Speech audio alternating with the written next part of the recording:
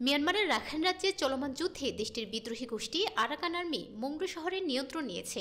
এর ফলে বাংলাদেশ মিয়ানমারের প্রায় ৩৫০ কিলোমিটার সীমানার পুরোটাই এখন আরাকান আর্মির নিয়ন্ত্রণে বলে মিয়ানমারের গণমাধ্যমের খবরে বলা হয়েছে।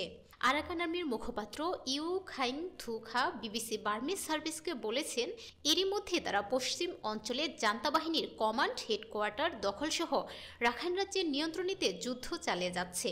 এই অংশের পুরোপুরি নিয়ন্ত্রণে নেওয়ার পরে বাংলাদেশ মিয়ানমার সীমান্তবর্তী নাফ নদীর মিয়ানমারের অংশে অনির্দিষ্টকালের জন্য নৌ চলাচলে নিষেধাজ্ঞা আরোপ করেছে আরাকান আর্মি।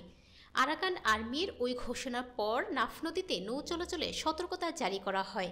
এই ঘটনায় বাড়ানো হয়েছে বিজিবির টহল। জনসাধারণকে সতর্ক করে মাইকিং করা হচ্ছে জেলা প্রশাসনের পক্ষ থেকে।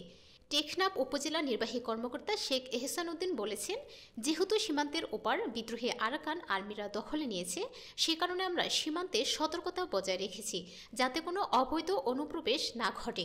প্রায় ৮ মাসেরও বেশি সময় ধরে মিয়ানমারের জান্তা সরকারের বিরুদ্ধে যুদ্ধ চালিয়ে যাচ্ছে বিদ্রোহী গোষ্ঠী আরাকান আর্মি। নিরাপত্তা বিশ্লেষকরা বলেছেন, মিয়ানমারের চলমান এই যুদ্ধে রাখাইন রাজ্যের রোহিঙ্গা সহযোগী সংগঠন আরাকান রোহিঙ্গা আর্মি ARA ও আরাকান রোহিঙ্গা সালভেশন আর্মি বা আরসা সহ কয়েকটি সংগঠনের অবস্থান ছিল জান্তা বাহিনীর পক্ষে, যে কারণে সীমান্তবর্তী আরাকান রাজ্যের নিয়ন্ত্রণ বিদ্রোহী গোষ্ঠী আরাকান আর্মি নিয়ন্ত্রণে যাওয়ার ফলে নতুন করে রোহিঙ্গা অনুপ্রবেশের ও বাংলাদেশ থেকে রোহিঙ্গা প্রত্যাবাসন দীর্ঘায়িত হওয়ার শঙ্কা তৈরি হয়েছে। নিরাপত্তা বিশ্লেষক অবসরপ্রাপ্ত মেজর এমদাদুল ইসলাম বিবিসি বাংলাকে বলেন, এর ফলে বাংলাদেশের জন্য রোহিঙ্গা প্রত্যাবাসন বিষয়টা আরও বেশি জটিল ও আরও কঠিন হয়ে যাচ্ছে।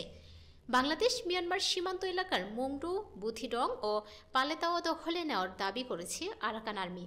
আরাকান আর্মির বরাত দিয়ে বিবিসি বার্মিজ সার্ভিস জানিয়েছে, চলমান এই যুদ্ধে মিয়ানমারের পশ্চিম অঞ্চলের ব্যাটালিয়ন সদর দপ্তর সহ সব সীমান্ত চৌকি দখল নিয়েছে আরাকান আর্মি। এক বিবৃতিতে তারা জানিয়েছে, জান্তার শেষ অবশিষ্ট সীমান্ত ঘাঁটি মংডু শহরের বাইরে অবস্থিত বর্ডার গার্ড পুলিশের ৫ নং ব্যাটালিয়ন গত কয়েক মাসের টানা লড়াইয়ের পর রোববার তারা দখলে নিয়েছে।